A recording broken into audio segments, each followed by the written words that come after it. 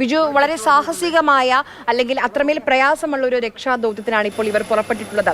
2 തവണ രക്ഷാപ്രവർത്തകർ കുടുങ്ങിയ ഒരു സ്ഥലമാണ്. അപ്പം അവിടെ മൃതദേഹം കണ്ടെത്തുക, അവിടെ ഇറങ്ങുക, പരിശോധന നടത്തുക, അതൊക്കെ വലിയ ദുഷ്കരമായ ഒരു ദൗത്യമാണ്. അവരുടെ ഒരു ആക്ഷൻ പ്ലാൻ എങ്ങനെയാണ് ആലോചിച്ചിരിക്കുന്നത് ബിജു?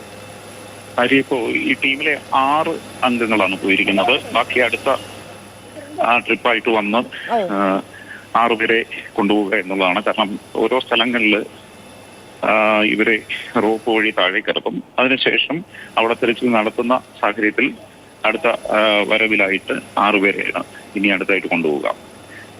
എന്തായാലും ആദ്യത്തെ ഘട്ടത്തിൽ 6 സേനാംഗങ്ങൾ പുറപ്പെട്ടു കഴിഞ്ഞു. ഇനി അവരെ ഈ സൂചിപ്പാറയ്ക്ക് ശേഷമുള്ള ഭാഗത്ത് പുഴയോരങ്ങളിൽ റോപ്പിൽ കെട്ടി അവരെ ഇറക്കും. അതിനുശേഷമുള്ളൊരു നിരീക്ഷണമായിരിക്കും നടക്കുക.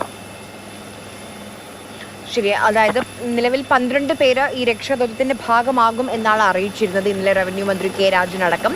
ഇപ്പോൾ ആദ്യം പുറപ്പെട്ട സംഘത്തിൽ 6 പേരാണുള്ളത്. അത് കഴിഞ്ഞ് ഹെലികോപ്റ്റർ വീണ്ടും വന്നും അടുത്ത 6 പേരെ കൂടി കൊണ്ടുപോകുമെന്നാണ് നമുക്ക് അറിയാൻ കഴിയുന്നത്. നമുക്ക്